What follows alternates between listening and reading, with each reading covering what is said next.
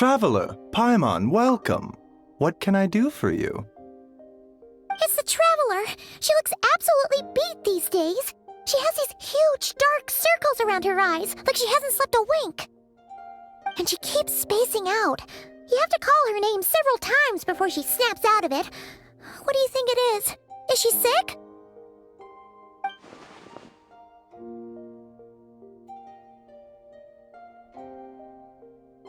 Very peculiar. In all the time we've been acquainted, this is the first time you've come to me with a health complaint. Come, let me take a look at you.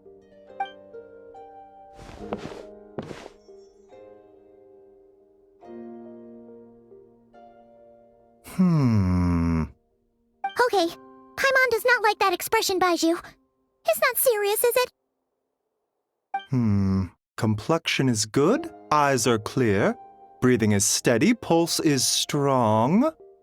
Physically, you appear to be in good condition, Traveler. In theory, your energy level should reflect that. You should be feeling right as rain. Hence my concern. A clean bill of health is usually a good thing, but in this case, it likely means your situation is more complicated. Physical illnesses come with detectable symptoms that can be used to diagnose, medicate, and cure the condition. But afflictions of a non-physical nature, they fall outside a doctor's realm of expertise. Huh? What do you mean, non-physical nature? Curses, dark magic, it's hard to say. It could just as easily be a simple case of mental fatigue. Why don't you rest here for a bit? Whatever it is we're dealing with, clues to your condition are sure to reveal themselves in time. Once we know the root cause, we can administer the right treatment.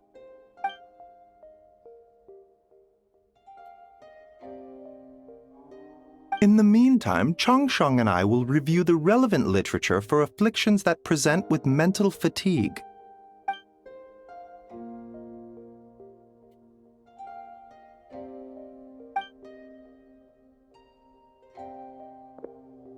Oh, must be a rare condition if not even Baiju and Changsheng have seen it before. Well, all we can do is take their advice. You look like you're about to collapse anyway. Just get some rest. Paimon will be right here by your side. Fingers crossed you'll be all better when you wake up.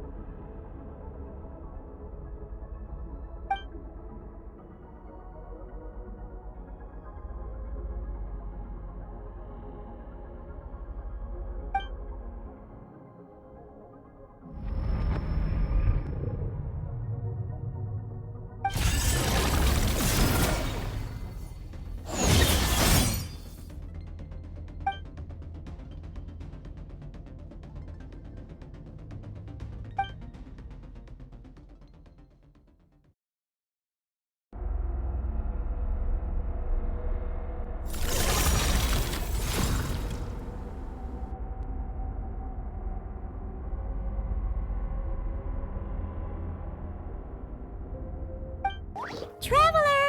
Traveler! Rise and shine! Time to wake up! For once, you're making Paimon look like an early riser. It's already afternoon. Hopefully all that sleep did you some good. Get a cut! What? Did you scratch yourself in your sleep? All right, let Paimon take a look. Nope, nothing there. Wait, did you have a nightmare? Okay, don't panic. Paimon heard that dreams tell us what we need by showing us the opposite. So, if you had a nightmare, maybe all you need is something to cheer you up. Come on, Paimon will treat you to something yummy.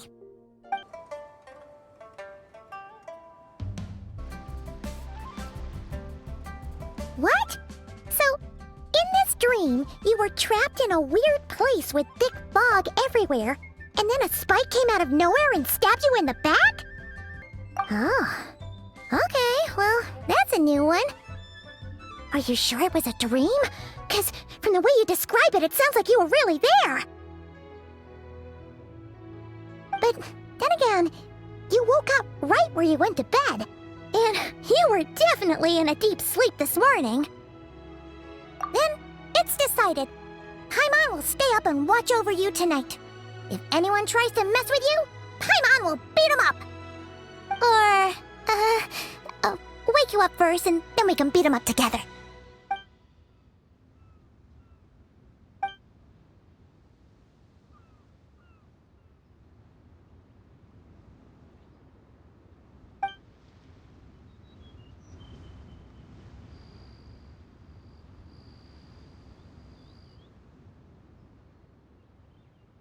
Something is missing. Did you just say something? The flesh remains whole, but the soul is incomplete. Left unresolved, the mind will wither away along with it. Ah! What the? Wait! Paimon remembers you! Your child's master! Skirk? Right! What are you doing here? The last time we saw you was at the Primordial Sea in Fontaine, right? But then we left and never learned where you went after that. Child's been looking everywhere for you, by the way. What brings you to Wanmin Restaurant of all places? You came here looking for us? And were you the one behind that hocus pocus just now? Tell me, what is it that you saw? Tight-lipped, huh? I suppose that's fair. You, I'll take a glass of wine. Oh, of course! Coming right up. We make this one in-house. It's not too strong. Enjoy. Chef Mao, I'll take a grilled tigerfish over here. Coming right up. If I knew we'd be this busy, I wouldn't have approved Shenhe's vacation. At the end of the day, what happens to you is of little consequence to me. I'm not here to try and win you over. Trust me or not, the choice is yours. If you want my help, now's the time to speak up. You have until I finish my drink. I was investigating an abyssal disturbance in the area and happened to notice you. Part of your soul is damaged, and the wound bears traces of abyssal corrosion. Need I say more? Neither of those things sound good.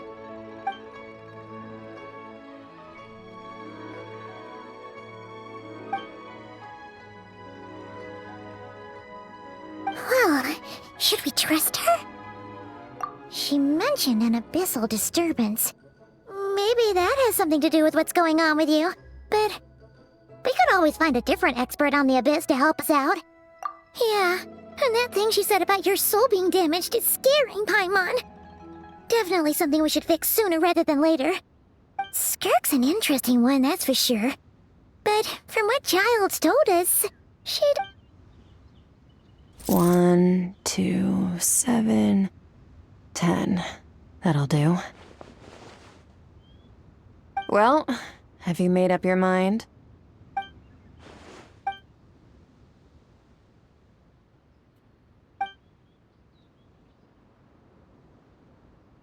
So, that's all we know, Miss Skirk. Ma'am, can you help us? So, you couldn't disperse the fog. I understand. Come find me in the Guili Plains when you're done here. Oh, and I left cash for the drink on the table. Settle the bill for me, will you?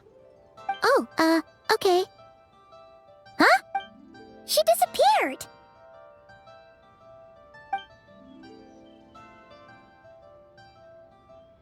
Wait, hold on. You overpaid. Here's your... Oh, no.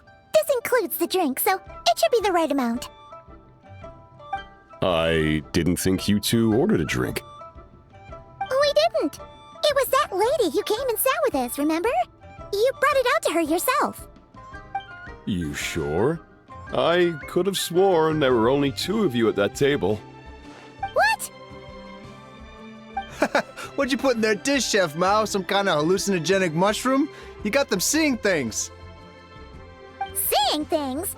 Wait, so neither of you noticed her? Young lady? About this tall, wearing a purple dress? She ordered a glass of wine! Oh, now you mention it, that vaguely rings a bell. And it looks like I did open the wine jar, so it must have just slipped my mind. In any case, let's celebrate. Coming! Okay, what was going on there? It's like they didn't remember Skirk being there at all. Even Paimon was half convinced we hallucinated the whole thing. But that Mora she left for us was definitely real. Oh, this whole situation is giving Paimon the creeps. But anyway, she told us to head to the Guili Plains, right? Let's Whoa, what are all these rift hounds doing here? Huh, looks like they're collecting something. Oh, let's go check it out. So, this is what they were collecting. It looks... yeah. What is going on here? From the moment they are born, all beings with great power have an impact on this world. Even if their body is sundered and their soul extinguished, their influence remains. Gods are the most common example of that. The remnants of gods who fell thousands of years ago remain buried deep within the earth, carrying within them a warped will and a dark curse. Together, these remnants form what you call god remains, and it appears that some of those sealed here were dug up and removed. There are traces left, but they're fading fast. What are you doing? Nothing! Just wanted to make sure you were, real? She's definitely not a ghost traveler. Paimon poked her, and she's solid. Your life hangs in the balance, and that's what you're fixated on? Strange set of priorities. It was just a trick to avoid being perceived. If someone notices me, those memories are erased. Simple as that. Unlike you, I have no desire to establish a connection with the world. The weak and the lowly have no right to remember me. They're lucky they only have a few missing memories to show for it. Now, can we please get back on track? Okay. Where were we? Right. The god remains. So, basically, there's now less of them here than there used to be, right? Isn't that a good thing? In our experience, god remains are 100% bad news. A lot of terrible things have happened because of them. Maybe it's a good thing by human standards, but power doesn't come from nothing, and it doesn't just disappear for no reason. The remains aren't just gone. They were taken.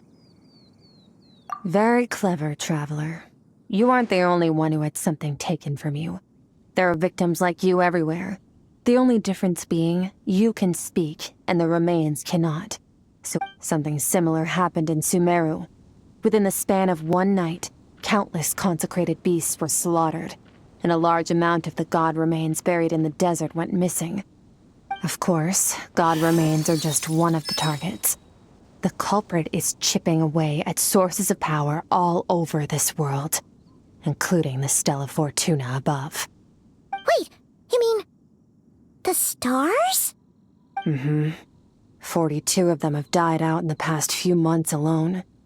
In Conria, people believed that powerful individuals have corresponding Stella Fortuna. Even should that individual fall, their Stella Fortuna would not disappear, but gradually evolve into a new constellation. Yet now, stars are disappearing from the skies entirely, and it's not hard to deduce what's happening to the power they contain. Something has been leeching power from this world like a parasite steals nutrients from a host. And now, it's no longer satisfied with the remains of the dead. It wants you. This time, it only took a fragment of your soul. But next time, there's no telling how far it could go. No one knows. All I know for certain is this. Getting back what you lost will not be easy. Considering how much power this entity has stolen, it must be a god-level being by now at least. But that's not the real concern. Souls are fragile things, and yours could easily be crushed if you go up against it. gonna help us, right? We're going to help each other. You are my ticket to uncovering this thing's true identity. Well, great! You seem super strong and you know a lot about the Abyss, so Paimon will take it. Don't get all mushy on me. All I'm doing is helping you get back to normal after a sudden crisis. And I should warn you, getting mixed up with me can have unforeseen consequences. We're on very different journeys. You don't want to be in my debt, trust me. You help me uncover the truth behind this entity, and I'll help you recover what you lost. This is a transaction, that's all. You would do well to remember that. Now, come along. Yeesh! You'd think she'd be a little friendlier since she's agreed to help us. But nope, she's just like when we met her in the primordial sea. So cold. Well, whatever. If that's how it's gonna be, then she doesn't deserve our friendship. What she does deserve is a super embarrassing nickname. Ah, Paimon's got it. Frosty the Lavender Melon. Serves that Ice Queen right. Anyway, the important thing is that we get that piece of your soul back.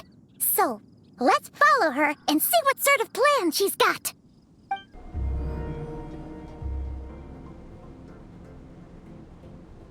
Whoa! This place is way bigger than Paimon expected.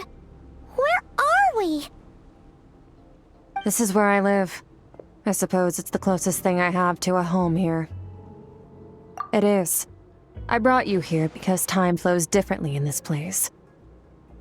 I don't know how much Ajax has told you, but when he fell into this space, I mentored him for 3 months. In that time, only 3 days passed in the outside world. Ajax? Oh, right! That's Child's real name! Yeah, Paimon remembers him mentioning something like that. So, a month here is equivalent to 1 day in the outside world? That should mean we're safe from that power-hungry soul snatcher for now, right? Yes, well, I didn't bring you here just to show you around.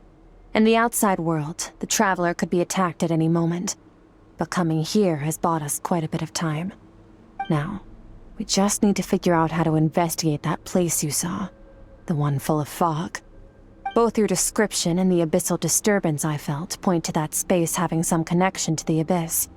It could even be a domain similar to this one. The thief who stole that fragment of your soul is hiding there. But the Abyss is a chaotic and turbulent place. If we want to pinpoint their location, we need to see what that space looks like without the fog. Abyssal power can grant a special form of sight. Have you ever wielded abyssal power before? Okay. Do you plan to learn? That tracks. All the information you have suggests the Abyss is something sinister, and that abyssal power is a wild and dangerous force that always spells disaster. And you're saying that's not true? Depends on your perspective. Floods and hurricanes take countless lives too. But if one day you gain the power to control them, what was once a calamity is now just another tool in your arsenal. I'll respect your opinion, though. Just means we have to turn to the second best option. A little abyss crystal that contains my power. Wear it on your head, and we'll be able to perform dream mirroring when we fall asleep. Dream mirroring? It means experiencing whatever the other person is dreaming. Everything they see, think, and feel. Since you haven't studied the art of using abyssal power, and have no plans to jump in the deep end right now, I'll have to do the investigating for you. With dream mirroring, every time you slip into a deep sleep, I'll see with my own eyes whatever scene plays out in your mind. Then, I can guide you through the dream environment, and we'll take back what was stolen from you. Huh. You make it sound so simple. Tough to say. This is an unprecedented situation for both of us. Even assuming we do manage to find where this entity is hiding, like I said, getting your soul fragment back won't be easy. To play it safe, I need to give you some special training first. Wait, you're gonna teach her some of your martial arts? Does that mean the next time we see Child, we have to treat him like our senior? Do as you want. For my part, I don't see you as my disciples. You're already a pretty good fighter. All I'm planning to do is build on your current skills and train you for the specific scenarios that I think we might face. But that's enough talk. If you're ready to do this, then come with me. Time might be more lenient here, but that's no excuse to waste it. Oh, she moves fast. Paimon can hardly keep up with her. So, special training, huh? Kind of a rare opportunity. With your skills, there's not a lot of people qualified to train you. The last time something like this happened was probably anti-Raiden Shogun training, right? Oh, feels like a lifetime ago. Skirk seems pretty strong too, though. Remember how she said that the all-devouring narwhal was just her master's pet? Maybe we really will learn something here. Ready? Bring it on! Your training will be split into 3 stages. Testing your blade work, elemental abilities, and reasoning skills. We'll start with blade work. You're no rookie in this area, so I won't bore you with the basics. During your long journey, you've no doubt sparred with a lot of talented sword fighters. Consciously or not, you'll have picked up all kinds of techniques from them.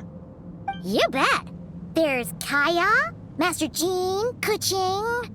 Oh, and Kazuha, Ayaka... Yeah, we've met sword masters like you in every nation we've been through. You sparred with a bunch of them too, right? Nice to know it's all gonna come in handy now. Don't get too smug. In sword fighting, techniques alone are not enough. You need a cohesive system to bring it all together. A style or school of fighting. To use the human body as an analogy, your style is your skeleton, the foundation, the framework. Techniques are the muscles and other flesh attached to the bones. This is where your strength comes from. Improving your sword fighting is like growing that body. If your frame got bigger and taller, but you didn't add any muscle mass, you'd be weak and flimsy. Then again, if you packed on pounds of flesh without a big enough frame to support it, you'd end up bloated and unwieldy. You need to do some introspection. Take a good, hard look at your past experiences and figure out which parts of what you've learned are just techniques, and which parts can be used to form your own system of blade work. Only then will you get the full utility out of all your thoughts and observations along the way. Only then will every strike you deliver make perfect sense. Wait, is that it? Paimon thought you were gonna teach her some cool new moves. Like when you went swoosh and opened a tunnel to another place. One day, you'll reach a new level of power where you realize that even that's as basic a trick as any other. But right now, our sword styles are so wildly different that teaching you mere techniques is pointless. There are no shortcuts in the pursuit of power. Failure is your best teacher, and rigor is your coursework. That's all I have to say. Time to make a start. Train until you're satisfied with yourself. Destroy the crystal columns as swiftly as you can.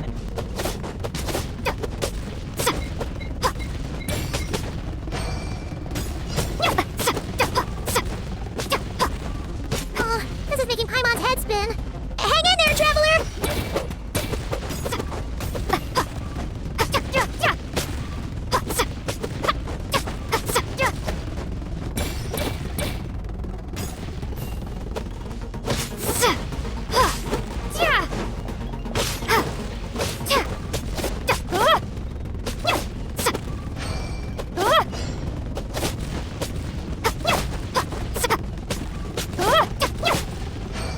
Stay calm. Use your head. You have to keep it together.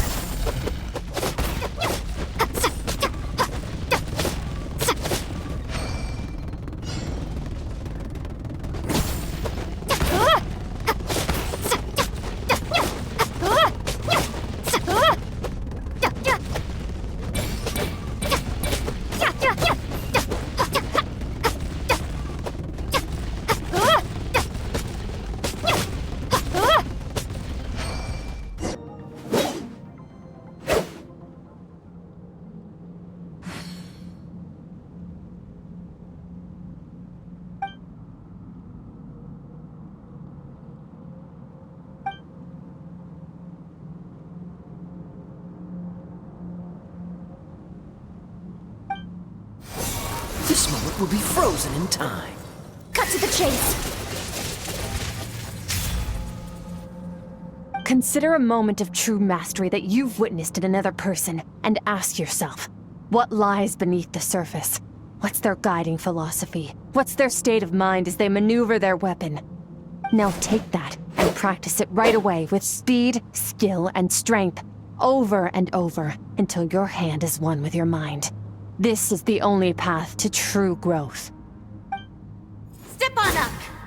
Dance with the waves.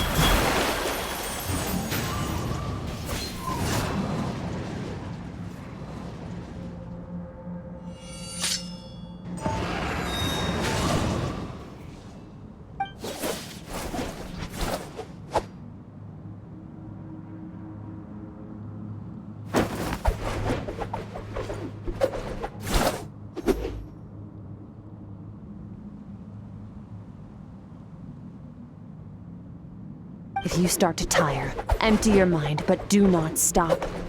Stay in that frame of mind as you keep up the fight. Get rid of all redundant movements. Imagine your sword is an extension of your own body. Wield it just as you wield your arms, hands, and fingers.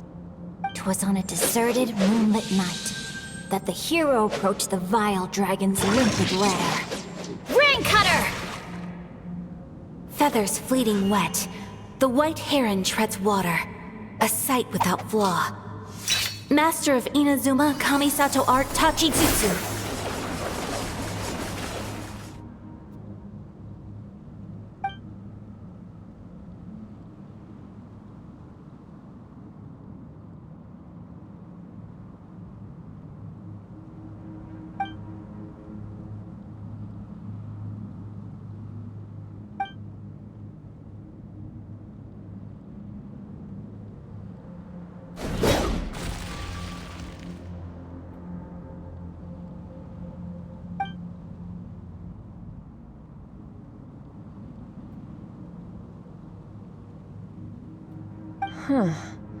Looks like you've made some real progress.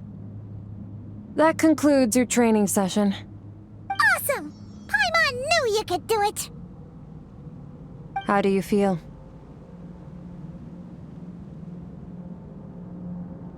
As you should be. Time flies when you're training hard. You've actually been going for several days now with no rest. Yeah, meanwhile Paimon's had a whole bunch of naps. But you were so focused, she didn't want to interrupt you. Go get some sleep. I'll be doing the same very soon.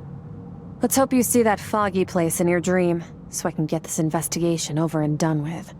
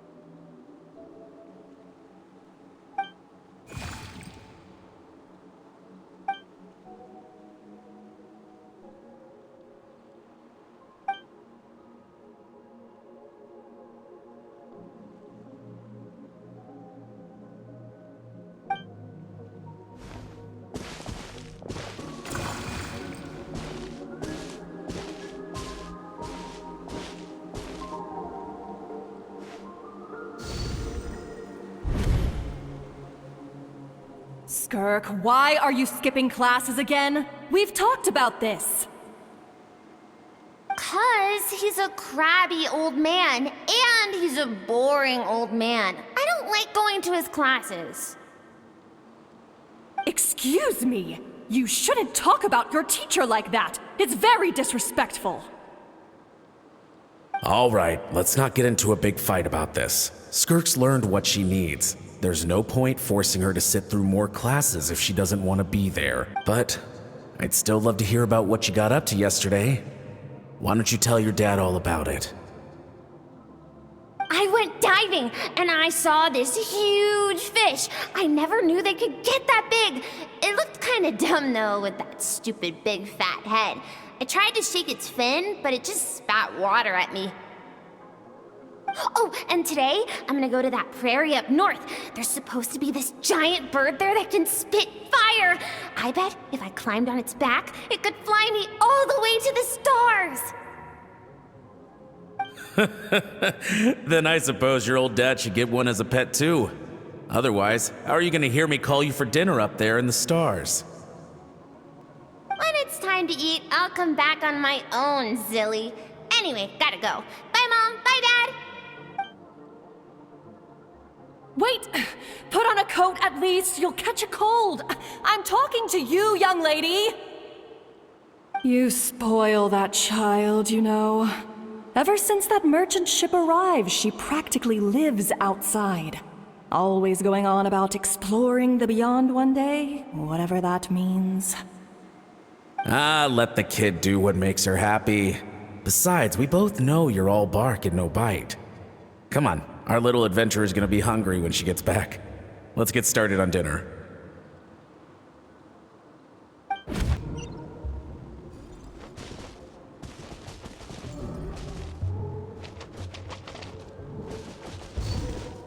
The stars shimmer high above. But what lies beyond the stars? Mountains as far as the eye can see? An endless snowy plain? Or maybe buildings taller than the sky, like the people from the merchant ship said? I can't be the only one asking these questions. The universe is fascinating. If only I could meet some other people like me. We could set sail together and explore every corner of the world. I'm sick of being a kid. There's so many amazing things out there, and I'm ready to see them all. But for now, I'm starving. Better get back.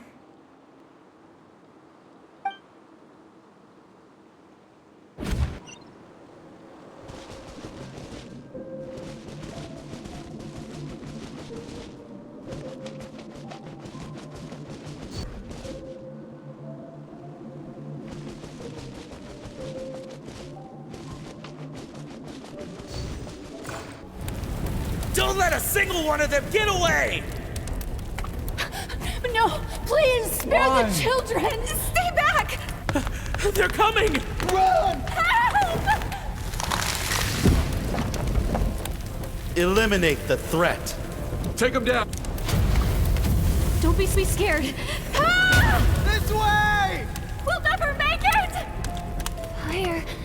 There's fire everywhere. What happened? Told you we shouldn't have trusted these outsiders!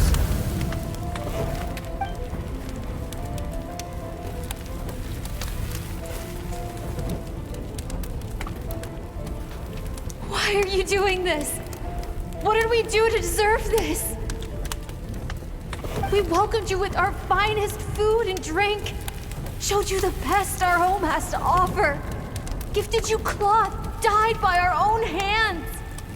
And this is how you treat us? Run! Save yourselves!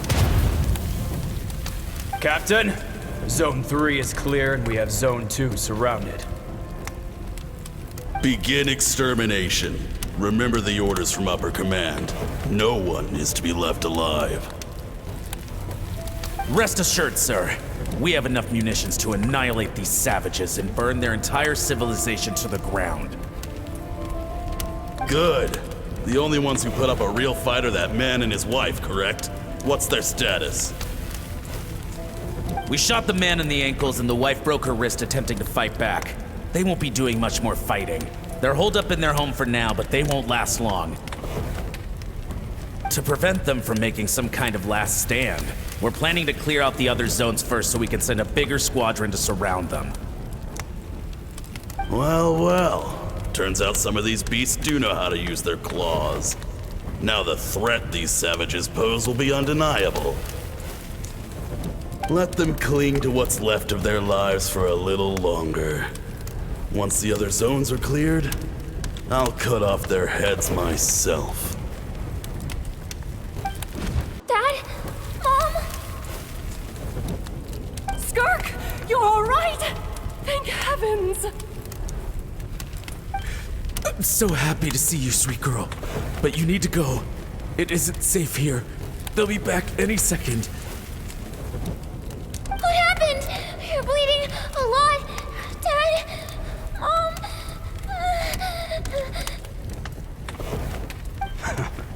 This is the place.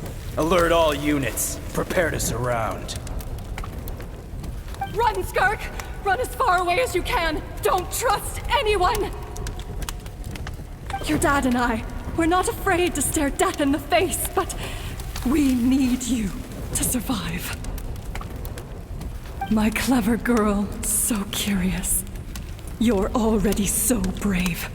I know you're going to grow up to be such a positive light in this world. Whenever you miss us, just play this song. Remember, life is a gift. Don't let darkness claim it. Break down the door! Look what we have here. A savage that can pluck a tune. Well, the show's over.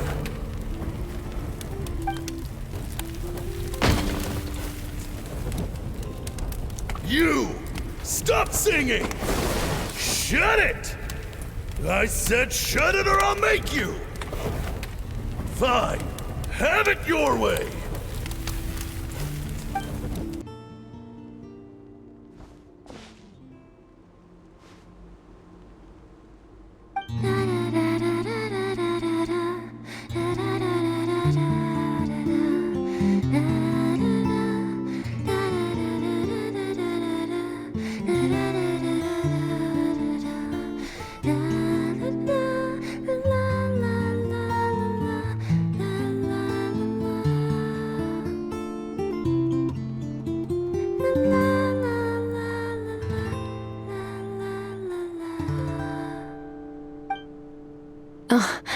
You're awake.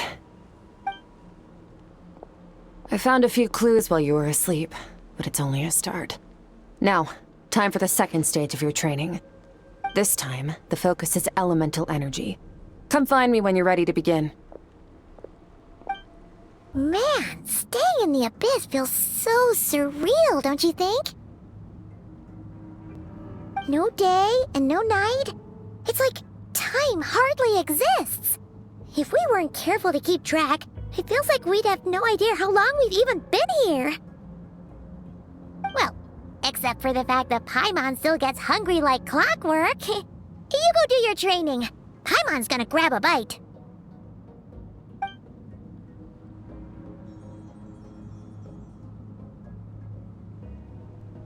The way I see it, the pursuit of power is divided into 3 stages. The first is mastering the use of standard weapons. Next is learning how to harness natural energy. And after that, you're free to challenge even higher dimensions. The natural energy of Teyvat is, of course, elemental energy. But that's not my area of expertise. I draw from a different source of power. Abyssal power, yes. Also known as the power of the Void Realm. My master, Sertologi, is a true expert in that area. After all, he was one of the group of 5 that infamously stole the all-encompassing power of the Abyss, an act for which the people of Conria gave them the epithet, the 5 Sinners. The elemental energy of Teyvat, on the other hand, is derived from the power of the Light Realm. These 2 forms of energy exist in direct opposition to each other. Suffice to say, there's not much I can teach you this time. A keen observation, traveler. Call it respecting local norms. The Abyss stands in direct conflict with the will of this world. So, to make my life easier, I disguise my power to make it appear cryo-like in nature. It's a technique I learned from some Conrian ruins, known as the Seven Shifting Serpent. If you ever change your mind about delving into abyssal power, I can... So I've heard. You seem to have a knack for removing abyssal power. But is purification really what's going on there? Like I said, power does not simply disappear. Just thinking out loud. Let's focus on your elemental training. That's what's gonna help us if the situation gets tricky. True growth comes from adversity, but only if you make the choice to pick yourself up again every time you fall. So, it's time to push yourself to the limit, and then keep pushing. This is the only way to advance at pace. But clear the field as fast as you can!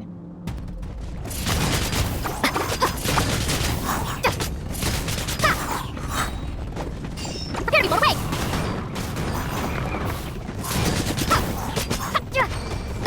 Observe your surroundings. Look for things you can use to tilt the scales of success in your favor.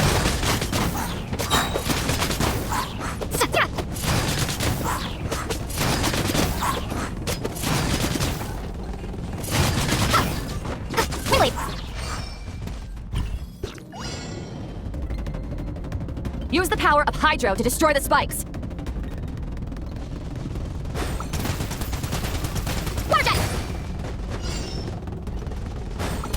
Don't give them a chance to strike you. You need to be quicker than you were in your dream. You can't afford another injury like that. Go!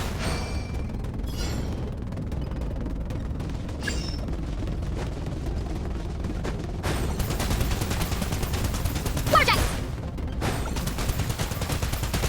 Go! Go!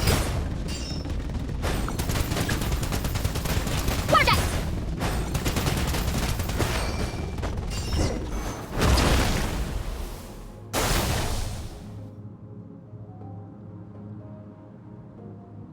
You need to understand what makes you special. The ability to wield elemental energy without a vision and switch between the elements at will. It means your aspirations need no approval from the gods. Your power is not bound by the rules of this world. So be bold. Do not be afraid to chart your own path.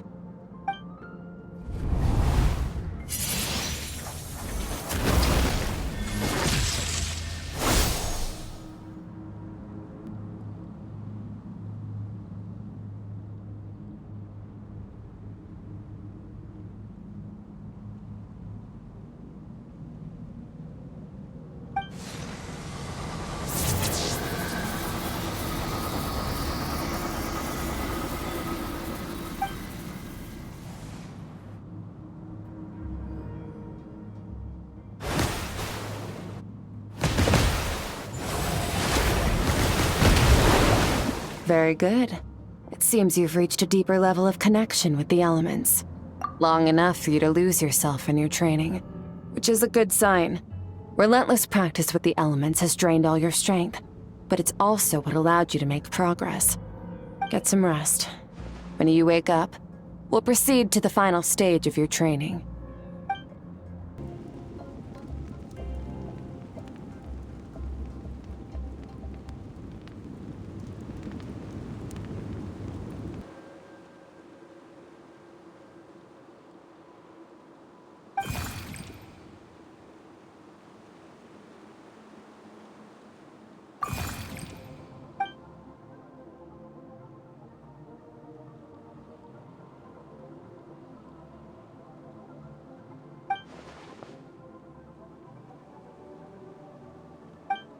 The secret to power?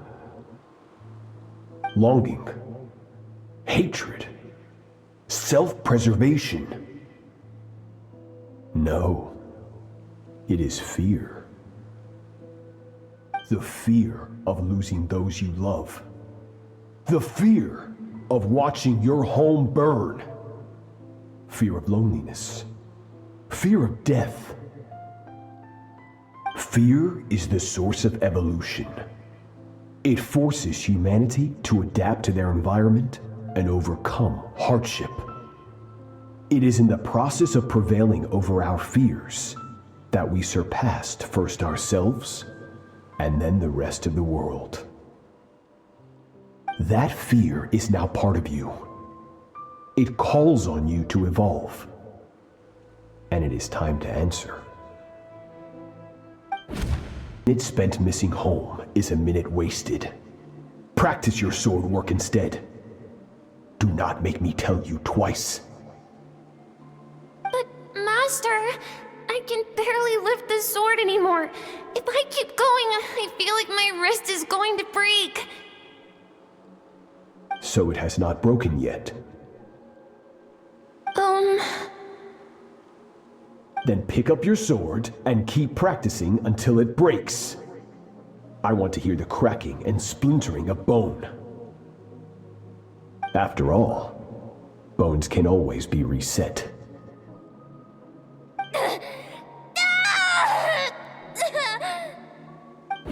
Skirk, once again, you survived. Cold and pain. These are signs that you are adapting to the abyss.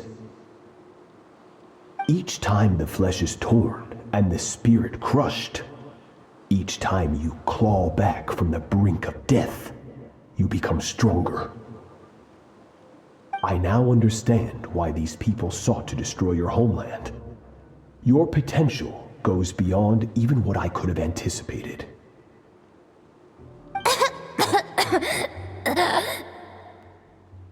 But you still have much to learn in your pursuit of strength. Your mind is rife with distractions.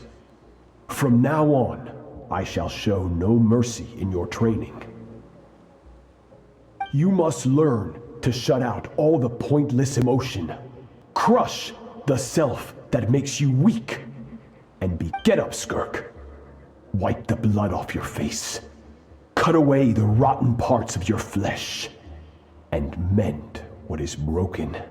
Then take up your sword.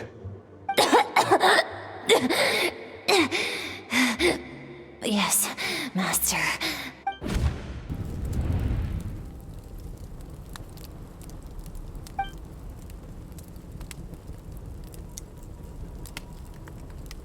You're up!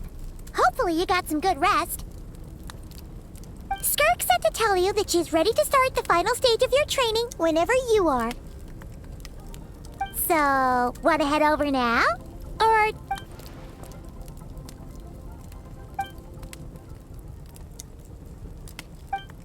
Training so far, you have gained better command of the sword, and more control over your elemental abilities. That's only part of it. Experience is the real teacher. Your journey, the friends you have made, the dangers you have faced. These have taught you more than I ever could. Now, it's time to focus on how you react under pressure. You must be able to think rationally, even in unpredictable combat situations. To simulate this, I'm going to attack, and you're going to block. Ready?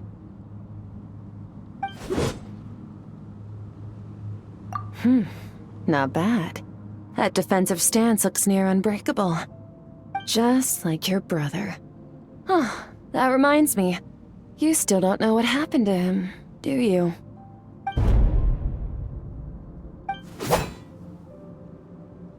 Hey, no fair! That's cheating! You think every opponent has the same moral code as you? You can denounce their deplorable methods all you want. But only if you live to tell the tale. The dead don't get to complain. Strong emotions will always arise in combat. Anxiety, anger, fear. But a true warrior is never at their whim. Oh, how amusing.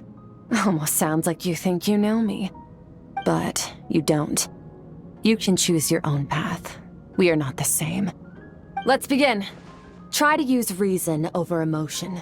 Make the most rational and advantageous decision in any given moment.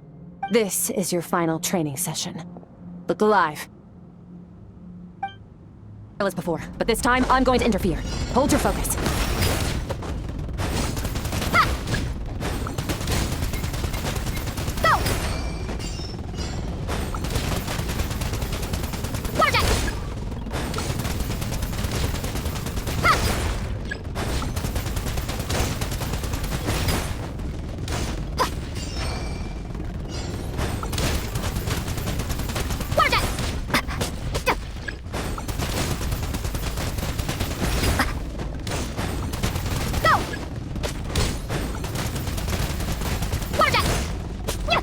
Not bad. Better than I expected.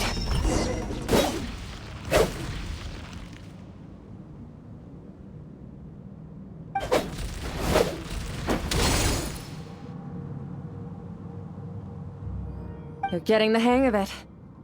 The first step to controlling your emotions is controlling your mind. You want a unified train of thought. It all comes down to focus.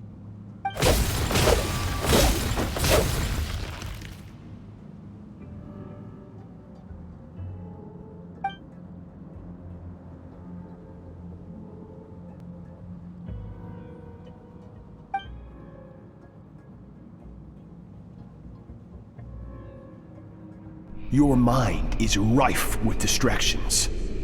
From now on, I shall show no mercy in your training.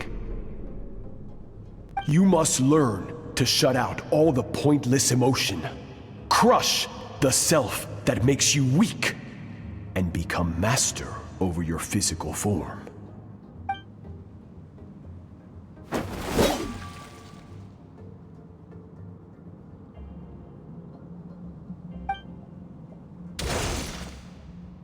Stop. Let's pause here. One look, and I can tell your mind has wandered. That's to be expected. There's a limit to how long a human being can concentrate on one thing. Staying calm and focused sounds simple in theory, but in practice, it's more demanding than sword work or elemental abilities.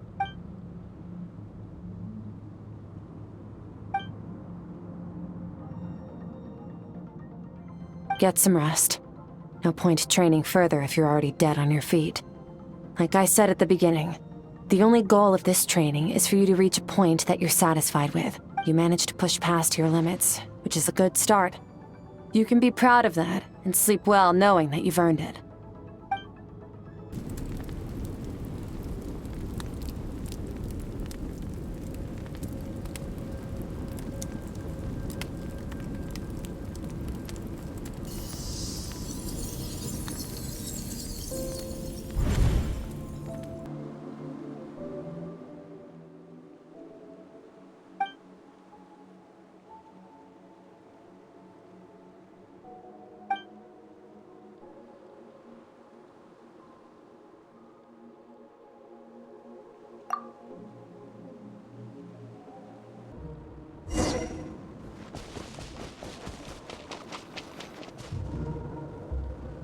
Skirk is amazing. She faced down that terrifying giant and cut its head clean off.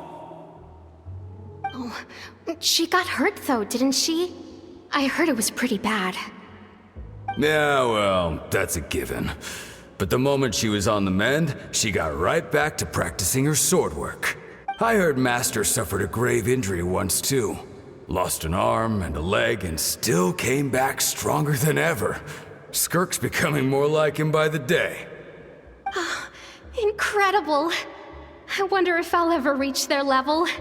They're always so resolute, so unshakable.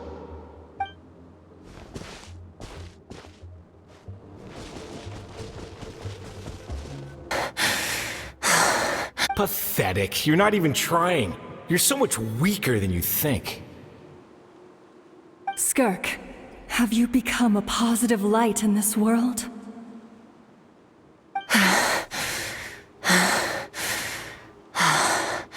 Do you even remember how many of us perished in that fire?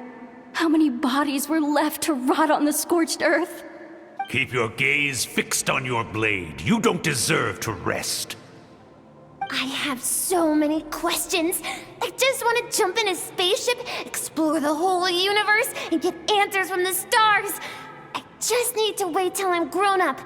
Then, I can do anything.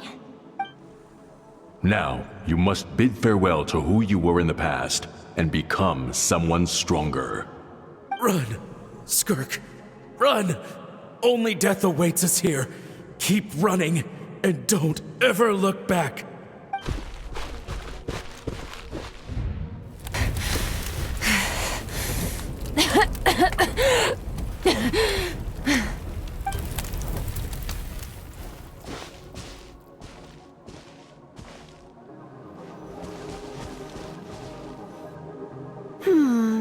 Let's see here.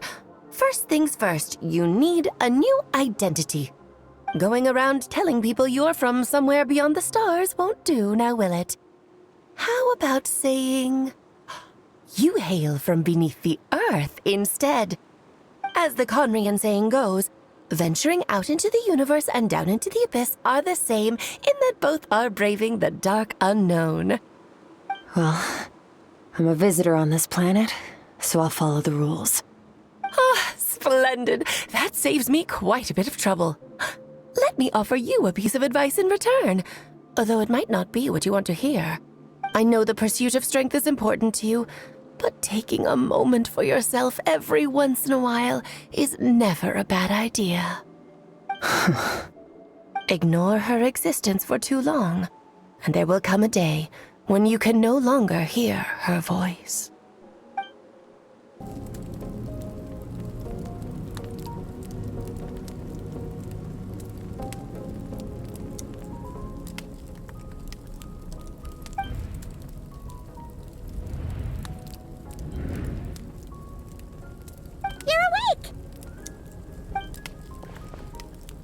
You must be starving, right? Ta-da! A barbecue feast just for you! Of course you are! That's why Skirk and Paimon got this all ready for you. Dig in, before it gets cold. Ah, well, if you're around someone long enough, it's bound to happen. Plus, Skirk can cook. So, Paimon decided she can forgive the whole Ice Queen thing. Paimon's not one to hold a grudge. Here's an idea. Let's save the chit-chat until after the meal.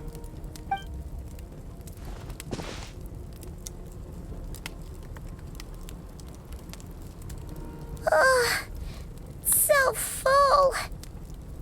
Okay, it's Paimon's turn to sleep now. Wait.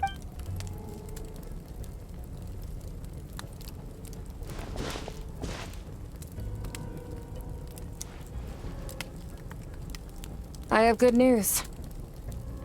First, your training is complete. You have what it takes to wield immense power. Now it's just a matter of putting it into practice. Continue to learn from your journey and hone your skills against formidable opponents. Second, I've located the culprit we've been searching for. Next, we just need to retrieve the missing part of your soul, and our business will be concluded. When Ajax trained with me, he once told me he was bursting with questions. So I allowed him to ask me 3 of them before he left. You and I may never meet again, traveler. So if there's anything you want to ask me, now's your opportunity. Just like Ajax, I'll answer 3 of your questions.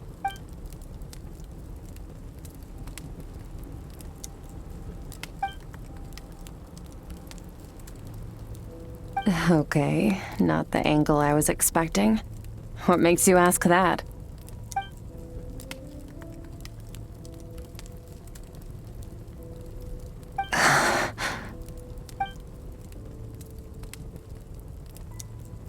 I knew that was a possible side effect. Closed off my mind to you for that exact reason. Even with the dream mirroring, you should have seen nothing but endless darkness.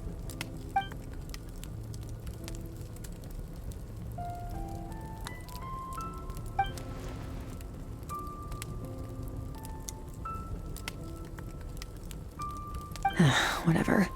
Must have been a flaw in my execution. I shouldn't be too surprised. Due to some recent circumstances, my self-control has been lacking as of late. Since you've seen what you've seen, there's no reason to hide the truth. All I ask is that you... I'm not from Teyvat. I'm from a different planet. And there was a time when I journeyed through the stars. A lot like you in some ways. No, we're different in that respect. You're influencing the fate of this world. But me, I'm just passing through. Several hundred years ago, my master, Sertologi, opened the border between worlds and sent me here. But this is not my home. And one day, I'll return to the vast unknown of space.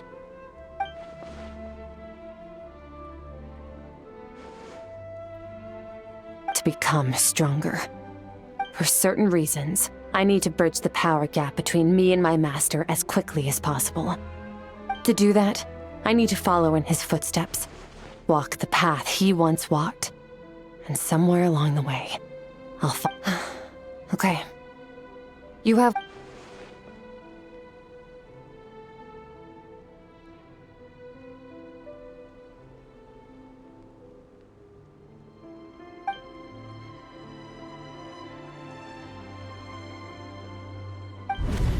You make it sound so easy. Ever since the incident I experienced there, I've never stopped searching for Master Skirk and that unknown abyss. But it's been years now, and I've still found nothing.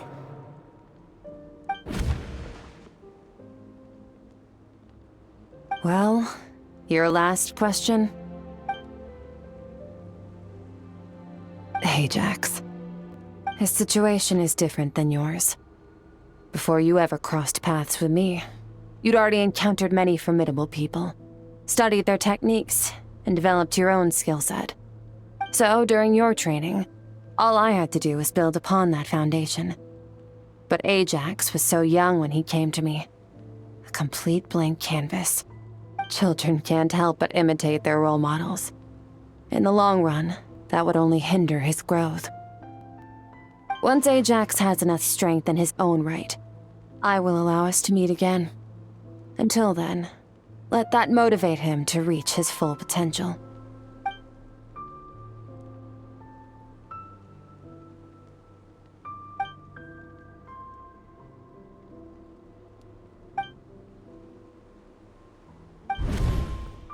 Unlike you, I have no desire to establish a connection with the world. The weak and the lowly have no right to remember me. They're lucky they only have a few missing memories to show for it.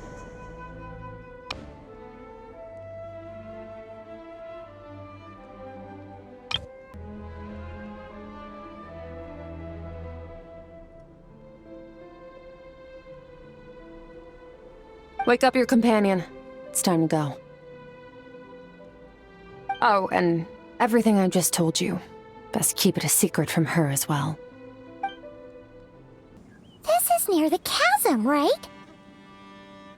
Yes. If we enter from here, we'll be able to reach that place from your dream. You have some experience with abyssal domains by now, but still, this is someone else's territory. Don't worry, Paimon's an expert at hiding behind other people for safety.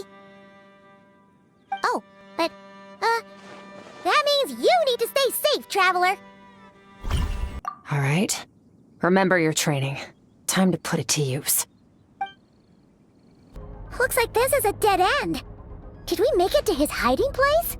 Ugh, this fog is making it impossible to see anything. This should be the place where you were attacked, traveler. The missing part of your soul should be nearby. Can you sense where it...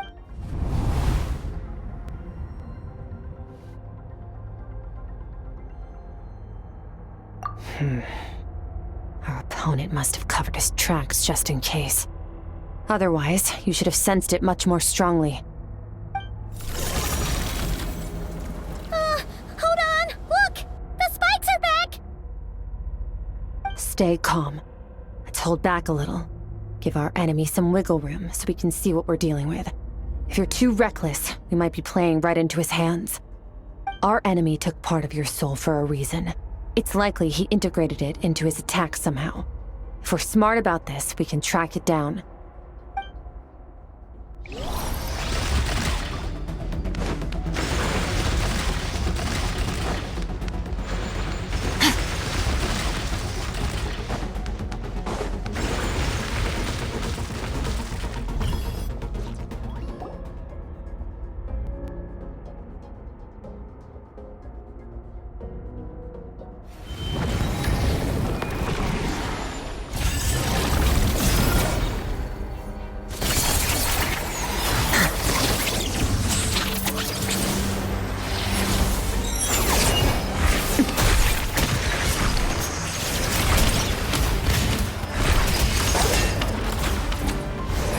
From the start, the attacks have been focused on me.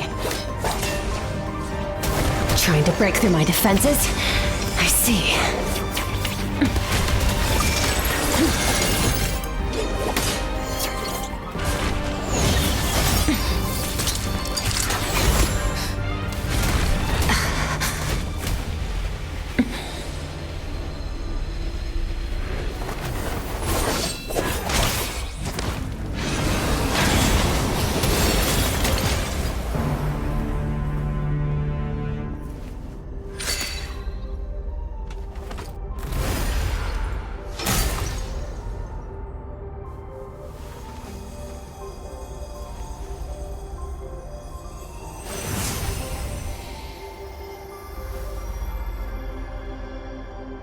There. I got it back. Skirk! What happened? It looked like Skirk just got... In the Guili Plains, you asked me why this enemy chose you as his target. Now, the answer is clear. It's not just the fact that your strength is impressive. It's also because of your ability to, as you put it, purify, whatever that actually means. The fact is, that ability allowed him to do something that should have been completely impossible. Namely, break through my defenses and steal my power. No, he couldn't have known I'd come to his domain. He only stole your soul fragment because he knew the value of its power. I doubt he expected it to come in handy so soon. Call it fate, if you want. I believe that's the term they use in this world for arbitrary coincidences like this. In any case, it works to our advantage. Once I realized what he was using that power for, it gave me the chance to get back what you lost. I'll cope. Well, done gorging? Good. Time to answer some questions. How did you get the power of the all-devouring narwhal? The all-devouring narwhal? Oh, of course! Paimon knew that spike thing looked familiar. It looks just like that narwhal's horn! I highly doubt you acquired that power through your own strength. Tell me I'm wrong. You're desperate enough to scour the land for god remains and whatever vestiges of power you can find. That alone proves you wouldn't be able to defeat a creature like that. Which leaves one possibility. You know my master, the Foul, Sertologi. The Foul? Who dares call him Foul?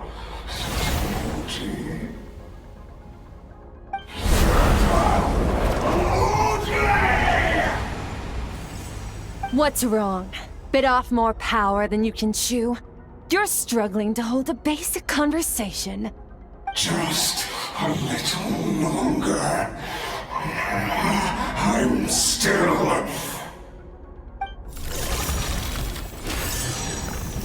Look! It's back! Those obsessed with power will let it devour them before abandoning their pursuit. Keep calm and use reason to decide the best course of action.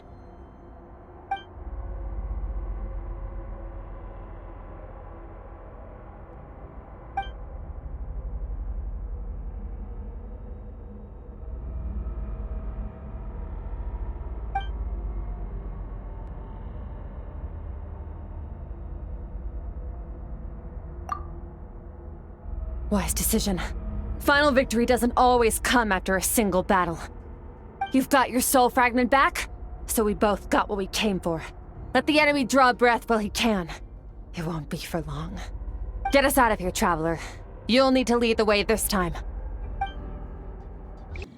Phew. Oh, we should be safe here, right? I no longer sense his presence. Can't have followed us out of that abyssal domain. Weaklings like him will find that my power is not so easily controlled. He won't be leaving that place until he's managed to digest it. You seem surprised. I suppose that's fair. You've seen but a fraction of what that whale is capable of. That gaping maw could swallow a planet whole. It's called the all-devouring narwhal for a reason. Devouring is what it does best. It can extract power from anything, dead or alive, as long as it manages to make physical contact. Yeah. When we had our run-in with that thing, Neuvillette mentioned that it has an instinct to devour. Your dragon friend recognized the nature of its abilities and used the power of Hydro to protect you. That worked because it was in a satiated state, so it was somewhat less aggressive than usual. It's a different story when it has no more power to feed off of. That's when its true, voracious nature kicks in. It could devour everything on the planet in that state, which is why I cast it into that void space. But I hadn't counted on there being anyone left on this planet capable of wielding its power. To me, that says he must have encountered the whale a long time ago. Meaning, he must have known my master. Exactly. It told me everything I needed to know. Hence why I said we both got what we came for. And I believe that brings our transaction to an end. Now that you're whole again, you can get back to your own journey. I'll handle the rest of this situation myself. No way! We can't leave now! Something was stolen from you because of us! We have to help you get it back! This isn't my first taste of failure or losing power. When you fall, you get back up again and become stronger. That's how it is. But what if that monster finds you before you're all better? Plus, how are you gonna get home? It's not like you can just go swoosh and open a door to the abyss again. Not without your full strength. So, sticking with us for the time being doesn't sound so bad, does it? Fair enough. Then take this. What is it? A bag of Mora. Nothing in this world is free. I know that much. I'll leave the planning to you. Hurry up and decide where to go. We shouldn't linger. This bag from Skirk has a ton of Mora in it. Does she have a job or something? Wait, no. After what we saw at Wamin Restaurant, that seems impossible. Can you imagine? It would go something like... I'll be collecting my paycheck now, boss. Oh, sure thing. Wait, who are you? Have we met? Can't hold a job if you make everyone forget about you. So, what did she do to get all this Mora? Claimed some buried treasure, took care of a few monsters that were causing trouble. Nothing untoward. It's... You heard all that? A sonorous voice like yours is hard to miss. I wouldn't be surprised if the sound of it traveled to the nearest mountaintop. Then, did you by chance happen to hear Paimon's little, joke earlier? You mean when you called me Frosty the Lavender Melon? No, sorry. Paimon totally misspoke just now. She didn't say that at all. It was, a Paimon lookalike. Yeah, she's a piece of work, that one. Always impersonating Paimon and giving people weird nicknames. Okay, fine. The truth is, Paimon didn't like you all that much at the start, but things are different now. You helped the Traveler in a big way, so... Ugh. I noticed there was only one bed. Go ahead and get some rest. Wait, what about you? I don't get tired, and I don't need rest. I'm going to practice my sword work. That should help me regain some strength. But your shoulder... Hey, don't just leave! Whatever. Let her tire herself out. She'll come back eventually. Let's get some sleep, Traveler. That comfy bed is calling, Pop.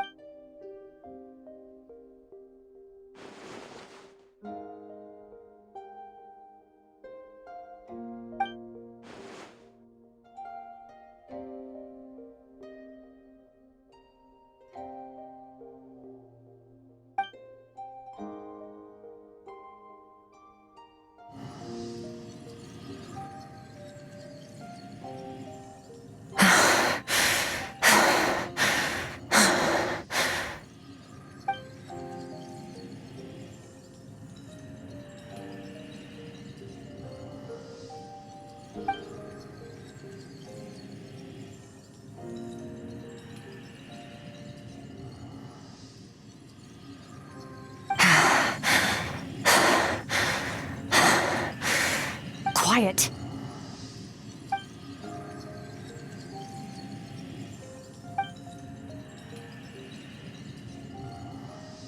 Do you even remember how many of us perished in that fire? How many bodies were left to rot on the scorched earth? Yet you alone live on. Keep your gaze fixed on your blade. You don't deserve to rest. Run, Skirk. Run! Only death awaits us here. Keep running, and don't ever look back.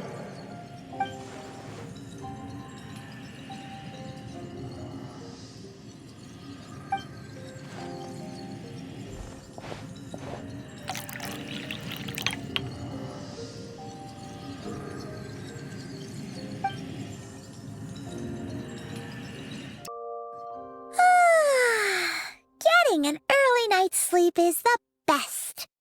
That bed was so comfy. Wait, Skirk? Have you been sitting out here the whole night? The bed's all yours if you want it. About 60%. Maybe 70. Whew! Paimon thought it would take at least a couple of days. That was... No, not fast enough. That's 20% less than last time. Same training regimen, same intensity. Nothing felt different, but somehow No, I think the problem's with me. I need to meditate for the next 2 days. Deep introspection should help me find the issue. Ooh, sounds intense. We'll watch over you in the meantime, then. Thanks. See you in 2 days.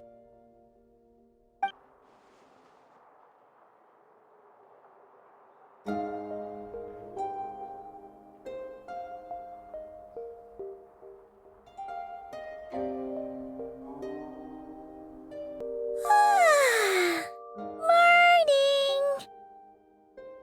Skirk is still meditating, huh? It's been 2 days already. Shouldn't she be awake by now? Paimon can't think of anything we can do to help. Oh, wait! Breakfast! That's it! Paimon will go get breakfast! Skirk is gonna be starving when she wakes up. Be right back.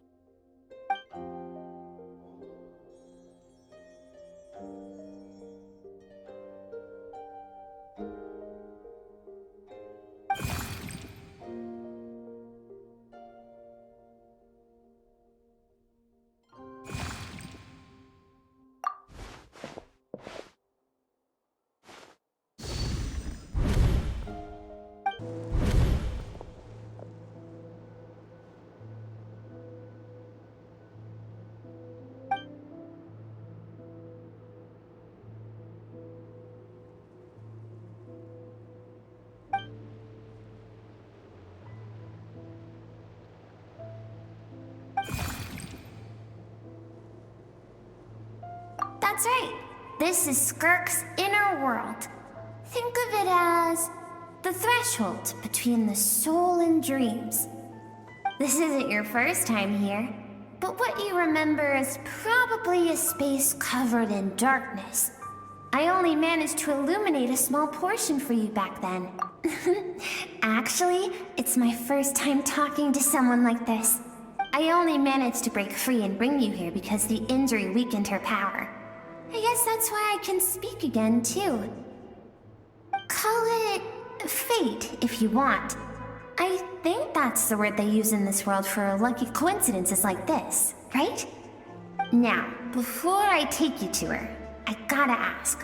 You're the first outside visitor to ever come here, so what's your impression of this place? Oh, you noticed.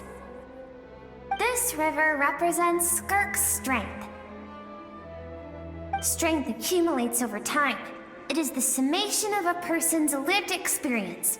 So this river is where all the fragments of Skirk's life should converge into a single stream of memories and emotions, flowing forward as one. But as you can see, this river has been severed numerous times. It's because Skirk doesn't like who she was in the past. And all she sees reflected in the river is a disgraceful shadow of who she was. She cuts through water and rock with the sword of reason, severs her connection with the past. You must learn to shut out all the pointless emotion. Crush the self that makes you weak. And This isn't my first taste of failure or losing power. When you fall, you get back up again and become stronger. That's how it is.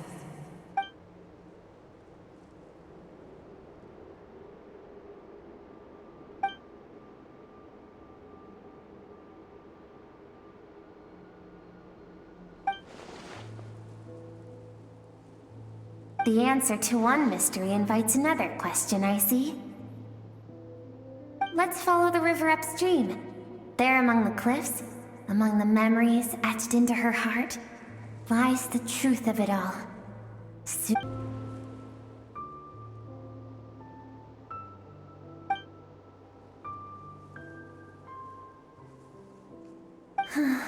I've always thought that, even when falling leaves don't come from the same tree, they can still form bonds of kinship when they meet.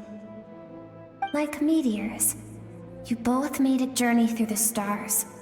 Both travelers who have landed on a planet that is not your home. Yet, when she first noticed your presence, although she hesitated for a moment,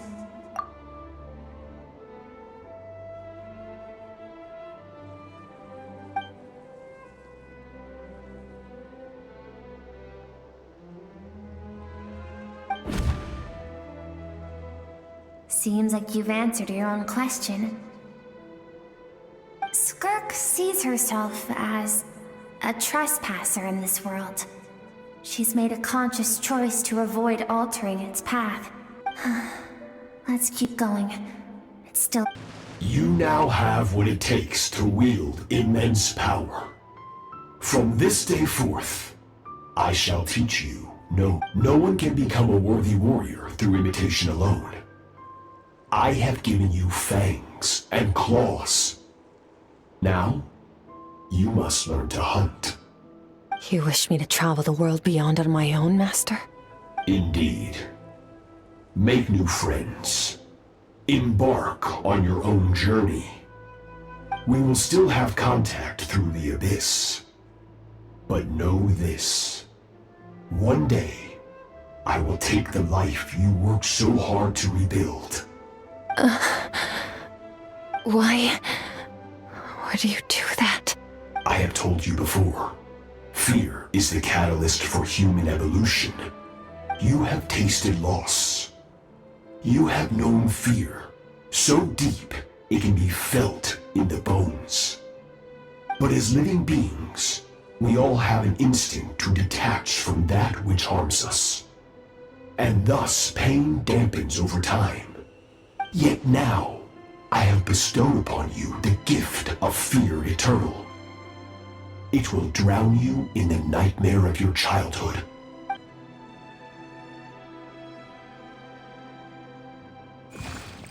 that is what Skirk's master, the foul Sertologi, looked like at one point in time. Of course, as a higher being, physical form is a triviality to him. He could appear as a beast, a human, or even a monster that defies description. The form you see him in here, clad in abyssal armor, is the one he usually wears when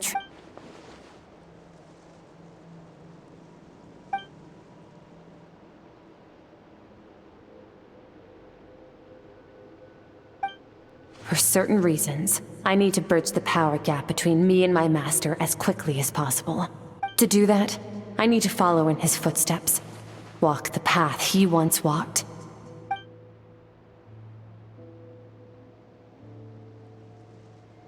I'll let you in on a little secret. The real Sertologi is terrifying. The scope of his power is impossible to understand until you experience it firsthand. Shall we keep going? Let's see. We've made it quite a ways already. This is Skirk, when she first began training under Sertologi. I have set your broken wrist.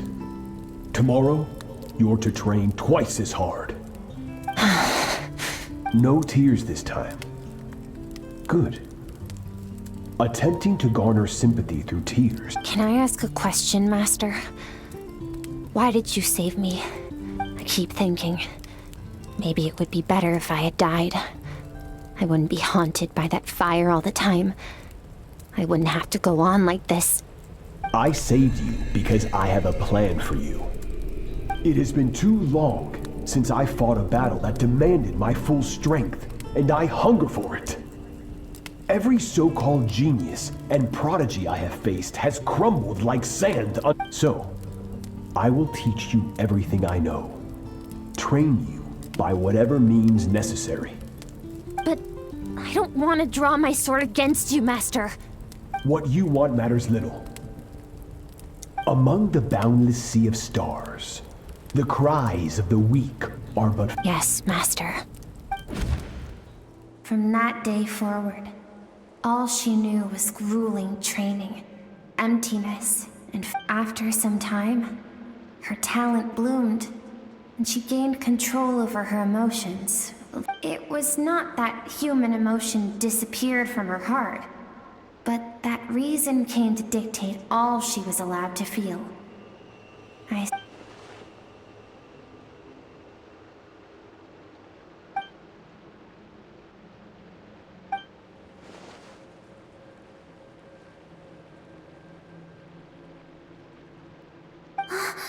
We're nearly there. I almost don't want to reach the end.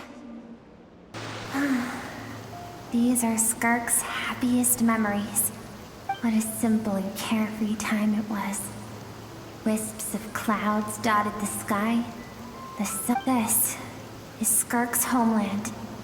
She was so curious about everything as a child. There was so much to discover. The treasures at the bottom of the sea. The secrets beyond the stars. And it was a spaceship. When it arrived, the people that disembarked wore smiles on their faces, and Skirk's parents, her relatives, her neighbors, everyone welcomed the newcomers with open arms and allowed them to explore the planet. No one had any idea of what was to come. Several months later, an army of unknown origin arrived without warning. Skirk had skipped school that day, like so many times before, so she was not caught in the immediate wave of destruction. Countless people cried out to her for help. People she knew and loved, friends and relatives. The little girl, their lives were discarded like worthless trash, as the fire consumed one life after another. If Sertology hadn't been there in that moment, the fire would have claimed her life too. And there she would have remained, left to rot in the scorched earth. Because she and her people were seen as a threat. As the initial merchant ship explored the planet, they discovered that it hadn't always had the condition to support life. Yet there was evidence of human activity, even during the periods of extreme heat or cold. Further research revealed that, over time, the people of this planet had evolved the ability to adapt to any type of environment or energy source.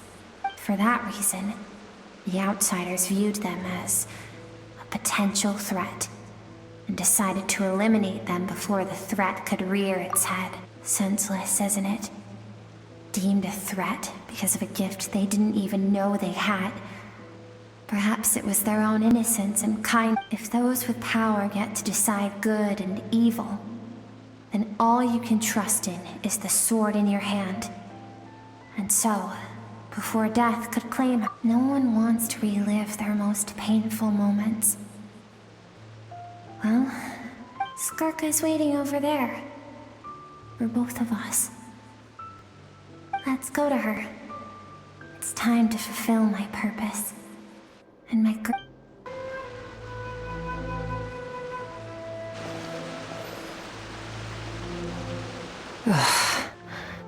So all this, just so you could bring her here? I have things to say to you. Well, to me. I want someone to witness our reconciliation, even if it takes an argument to get there. Her suppressed emotional self, the version of herself she keeps locked in the recesses of her mind. All those rejected impulses, those discarded aspects of your past selves. I am who you used to be. Someone you have refused to face for too long. You're wrong. I've faced you all along. Your existence makes me weak. Moments of joy and longing are when we are most vulnerable. Don't forget, it was a penchant for goodness over reason that doomed our homeland in the first place. The vastness of the universe rent. Even so, Learning from the mistakes of the past doesn't have to mean erasing every... Strip yourself of your so-called weaknesses.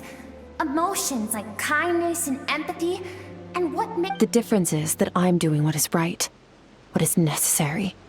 I allow you to exist, but with limited freedom. That is the greatest kindness I can offer. I have shouldered everything you couldn't carry. I rose above the numbness and emptiness, and it was cold, unfeeling reason that brought me this far. That is the problem.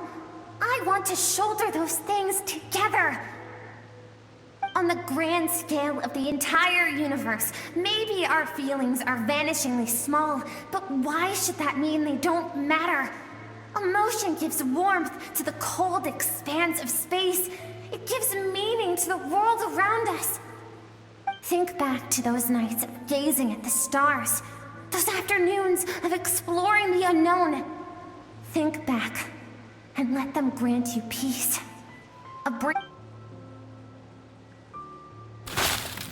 That isn't what we need. It's exactly what we need. Aren't you curious about why recovering your strength has taken longer than normal this time? Finally, you get to the important part.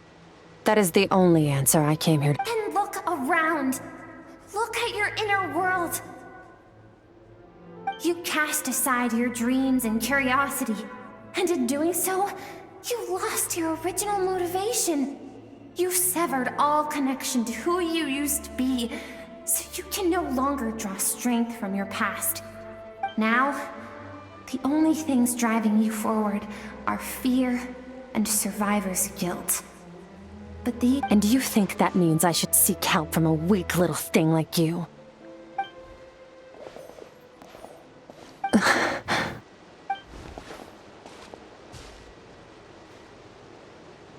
Thank you for saying that. I knew bringing you here would be the right choice. To be honest, I'm not here to argue with you.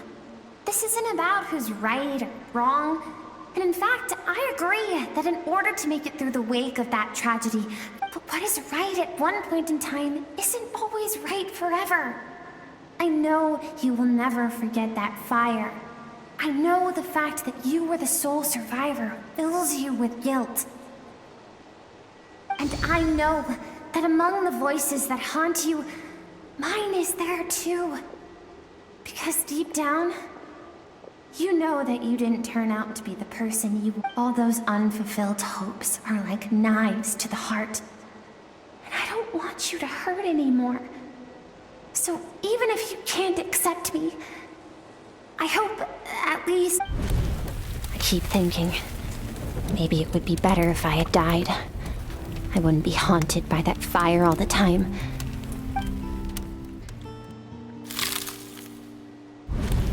Your dad and I, we're not afraid to stare death in the face, but we need you to survive.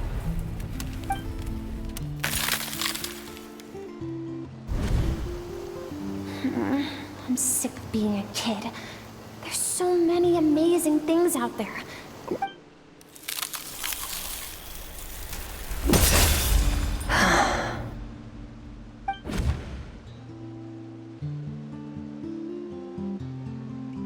I remember. There was a song Mom and Dad always sang when we went out to fetch water. Dancing water. The sand along your path is begging for your song and movement.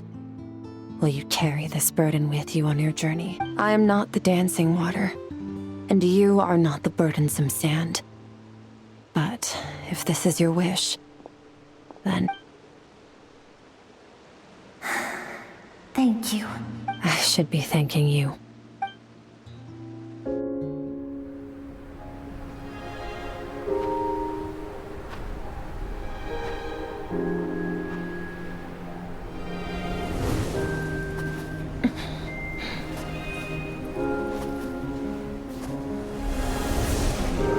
Run, Skirk, run! Remember, leave no one alive! Heed my words, Skirk. Let fear take root in your soul. Did you survive? Why was it only you?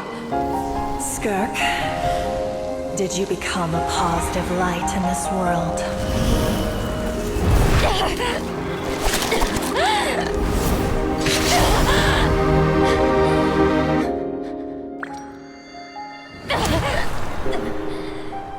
Hey, this doesn't have to be the end.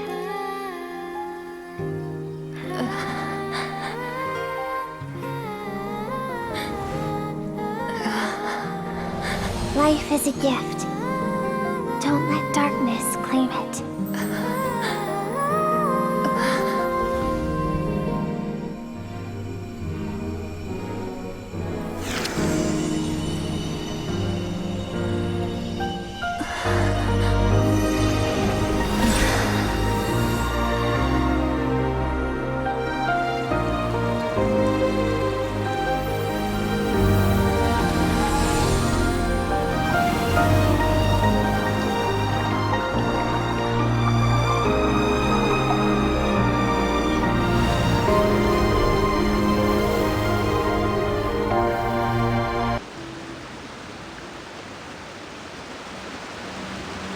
So, you saw my memories then. I once asked my master if survival of the strongest was the law of the universe. He said no. But in a world without order, those with no moral boundaries tend to be the ones who survive. That's why, after hearing his answer, an idea came to mind. An idea that, one day, I would create a new world order. One in which there would never be another tragedy like that fire. One in which power was not the law of the land. But that means I must defeat him. Because my master, Surtology, is, at the core, a defier of all rules and order. Yes, and not just because of the gap in our abilities, but also because I have no reason to see him as an enemy. Although his decision to train me was not made out of kindness, he did everything a master should. He saved my life, taught me the sword and the principles of strength. And for that, I respect him. I know, and it's not something I want. But Master never goes back on his word. I have to treat everything he says as a promise. He's no longer into that. But he sends me messages through the abyss every now and then. Most of them are simple greetings, or an answer to one of my questions. Every time I hear from him, my heart skips a beat. And I wonder if this is the moment where he'll finally appear before me and tear down everything I've built to pieces. Maybe that means I do live in eternal fear, just like he said. Yes, I respect him, but I'm also afraid of him. And for that reason, the pursuit of strength consumes every moment of my life. I don't know what Master has planned, but I have to be ready. Help me? Why? This isn't your fight.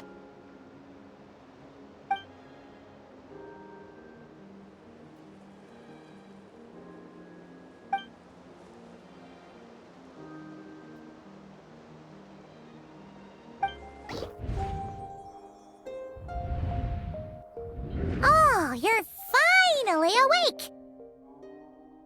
Honestly, Paimon was gone for like 2 seconds and then she comes back and finds you both unconscious? Oh, you scared Paimon half to death! You're both okay, right? What does it look like?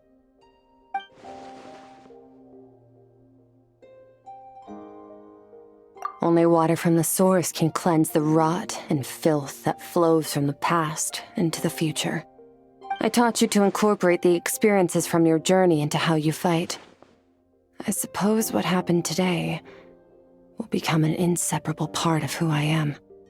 Okay, so Paimon feels like she's missing some important context. But whatever. Paimon brought back tons of delicious snacks! Let's dig in!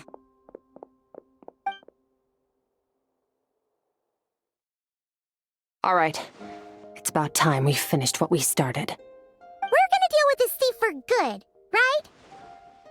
This time, I'm not going to tell you to hold back. But having digested even more power in the meantime, he's going to be tougher than before. The good news is, we have no reason to pull our punches this time. So, let's go. Same.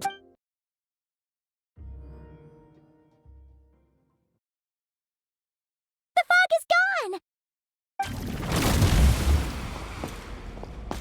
Wait, isn't that the form the all-devouring narwhal changed into? How come he knows that, too? Really? So, you're telling Paimon that giant whale and this guy can both turn into the fowl? How does that work? It's a subconscious instinct. Any intelligent being who longs for his level of strength is bound to mimic his appearance. It's a natural response after encountering someone as powerful as Master. To them, he represents ultimate power. We know the person before us has encountered Master, and we know he stole a portion of my power. So it's not surprising that he would assume this form. Okay. Oh, the closer Paimon looks, the more intimidating it gets. Nervalette isn't here this time, so it's up to us. He won't have the nerve to steal again after we're done with him. Let's teach this guy a lesson.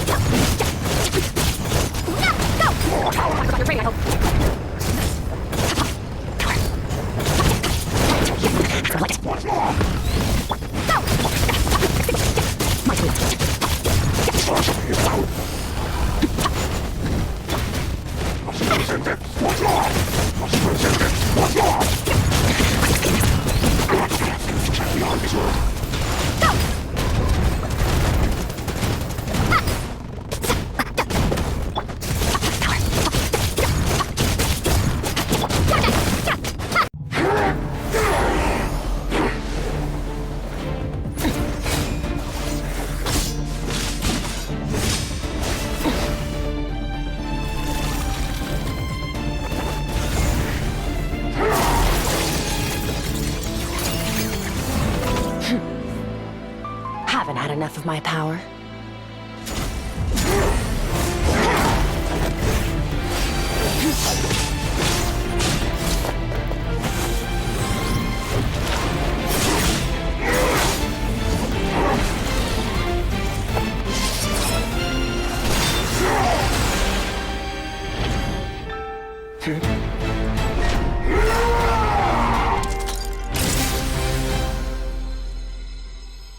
Well then, let's see how much more of this power you can handle.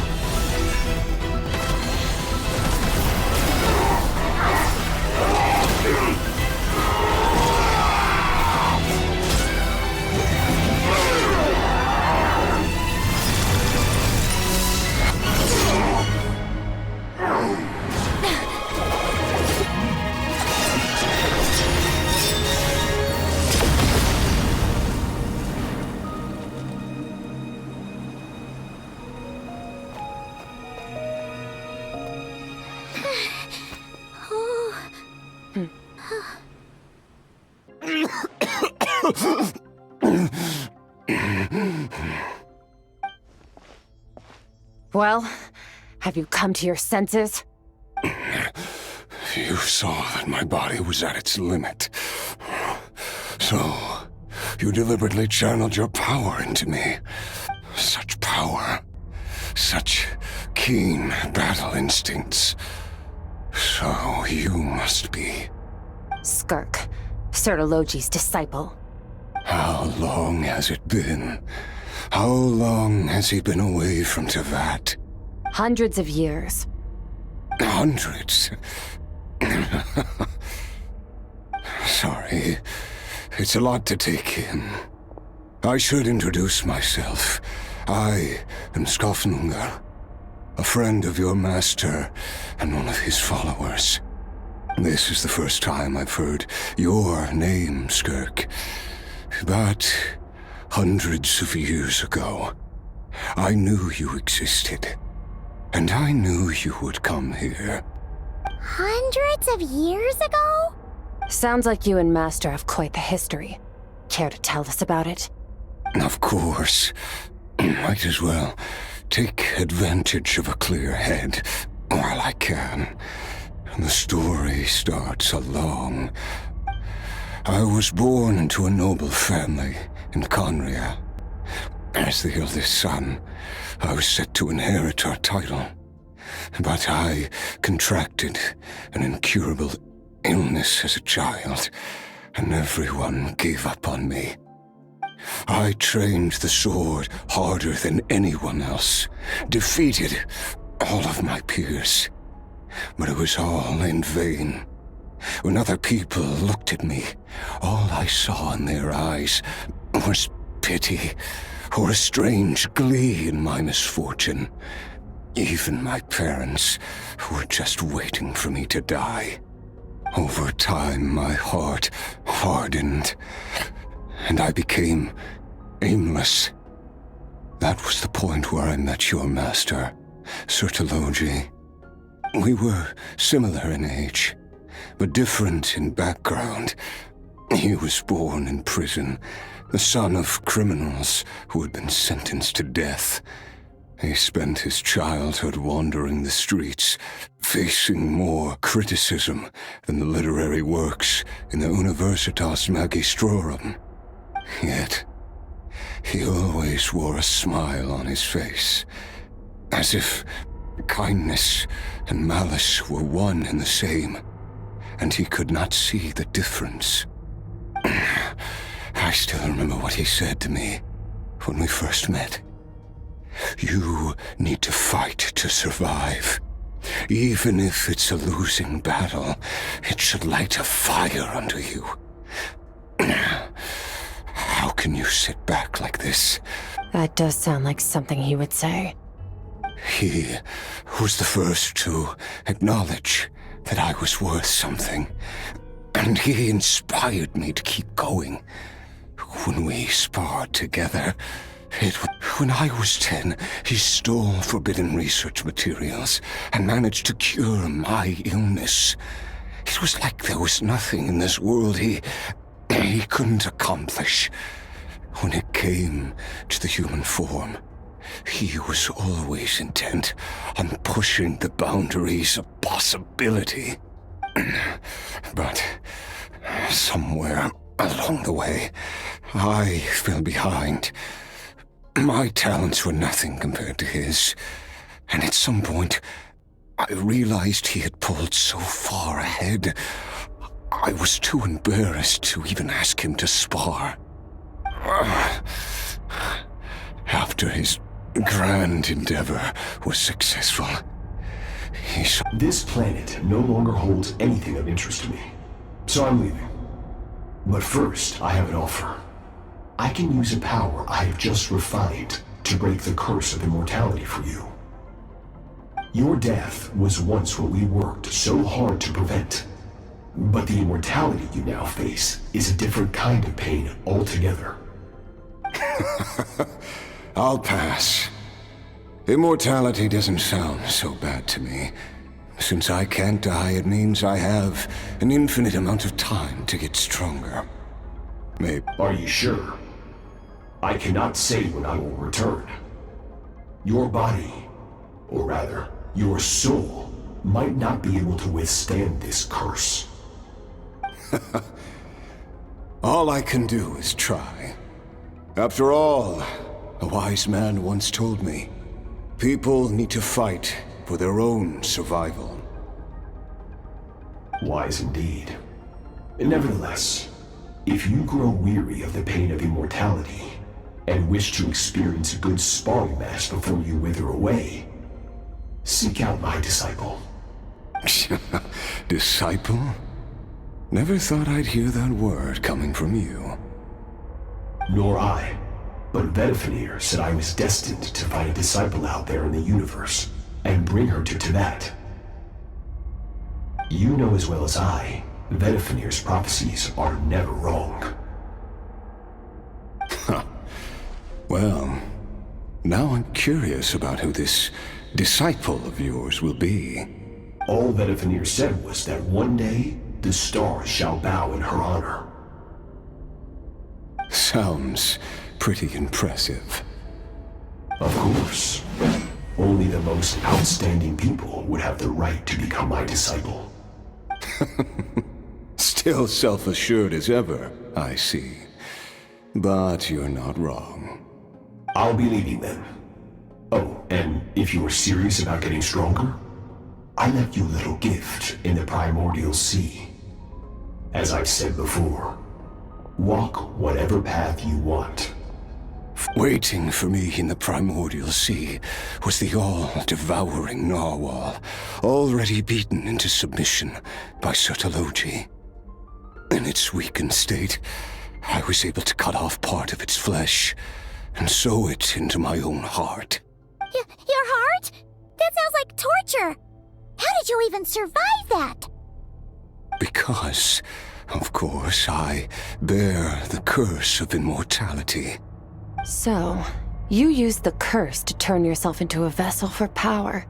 Even with that whale's ability, devouring power like that is not something the human body can withstand. With your body and soul constantly at the breaking point, it was the curse of immortality that sustained you.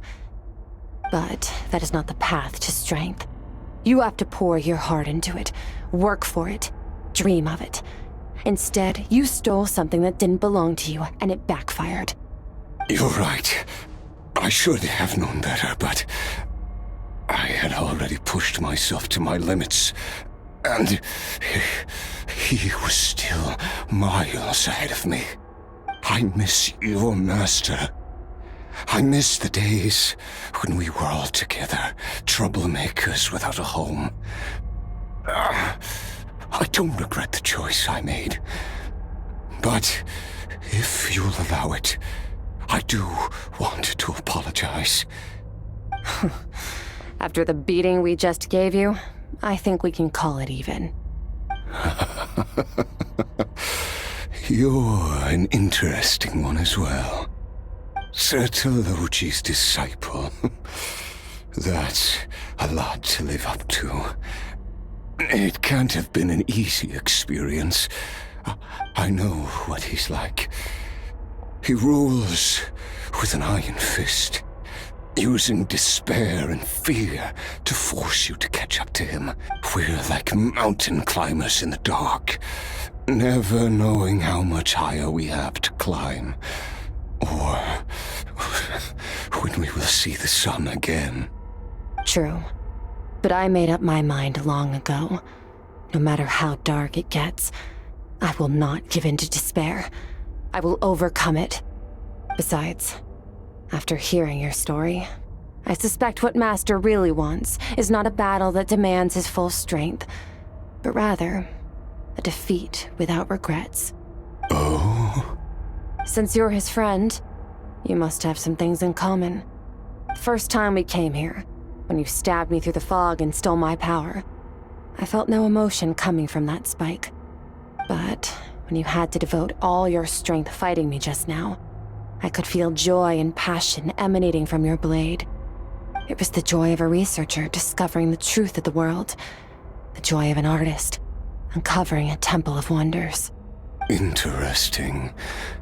I'm certain I didn't express those emotions outright, yet you were able to read them from my blade. You're right. That battle brought me an unbridled sense of joy, and my defeat brings me no regret whatsoever. Exactly.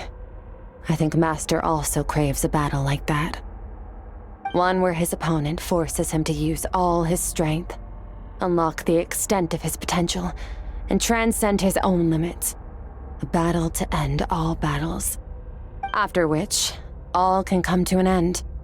Including, perhaps, his life. For that very reason, good and evil are meaningless to him. He has one purpose, one goal, to complete himself. It's one of the secrets to his strength. Perhaps you're right. Perhaps that is his goal. What a battle that would be. Oh, to witness such a...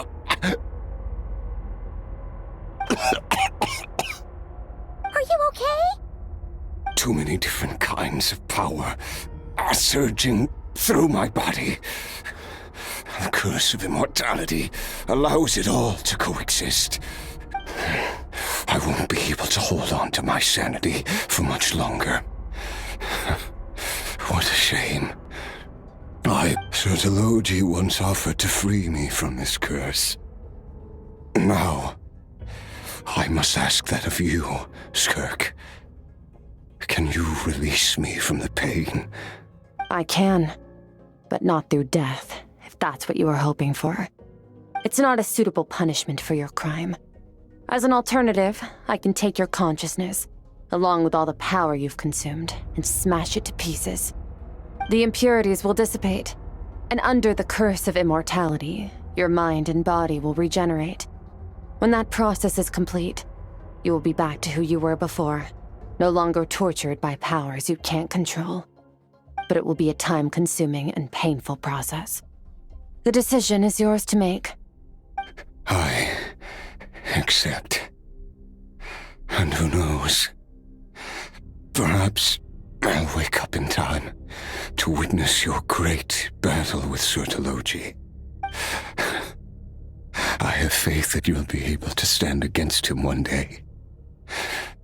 Though I know it'll be a long and arduous road. If we are climbers in the dark, it appears the dawn has finally broken for me. But your ascent continues. At least, it looks like you are not alone on your journey. I will reach the top of this mountain, no matter what it takes. And you, Skofnunger, will be my witness at the end of all things. I did it! Oh, it's only been a few days, but it feels like forever. Once again, we've proved there's nothing we can't overcome. Wow, you sound even more confident than usual. Guess you really have become stronger. Today sure went by fast. It's night already. Oh wait, that reminds Paimon. The stars you mentioned, the ones that died out, are they— Yes. The power Skofnunger stole has been returned. So, the stars have regained their light. Great! Huh, it's crazy that you even noticed their light was gone. There are so many stars in the sky. If a few disappeared, Paimon definitely wouldn't be able to tell.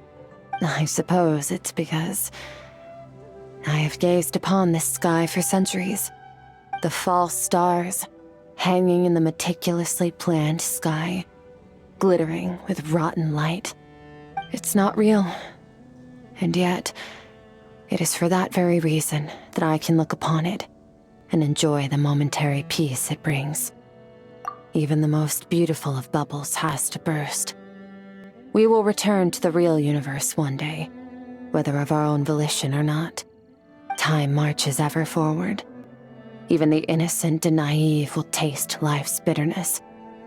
Yet through hardship, we grow until we learn to seize the sands of time for ourselves and uncover our true strength. Though we gaze upon a false sky, its vastness and majesty is palpable. One can only wonder, what is it going to take for kindness to reign supreme in the vast expanse of the universe? Ugh, this is all going over Paimon's head. But if she knows one thing, it's that the traveler always finds a way. Ever since we met, she has filled Paimon's days with happiness. No matter how tough things get, she always finds a way to make it better. If it's too big a job for one person, then we'll do it with two. And if two's still not enough, then three. We've met so many amazing friends and accomplished so many amazing things.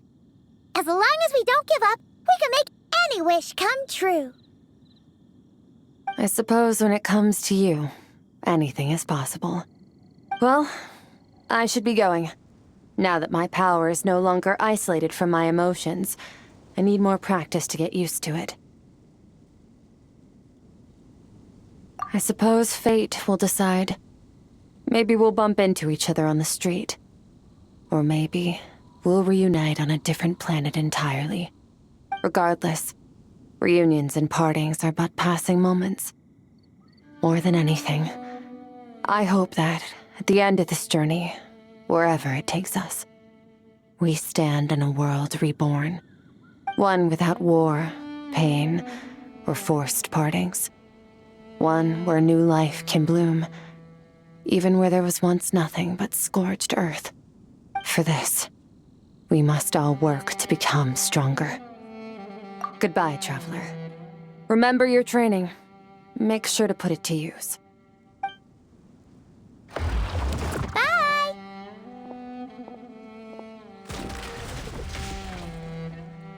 Is it just Paimon, or is she being nicer than before? We definitely count as friends after all that, don't you think? Hey! What do you think about camping here tonight? There's nothing quite like sleeping under the stars. Come tomorrow, we can continue our journey. Oh, and since Paimon treated you to that super nice meal at Wanmin Restaurant, it's about time you returned the favor.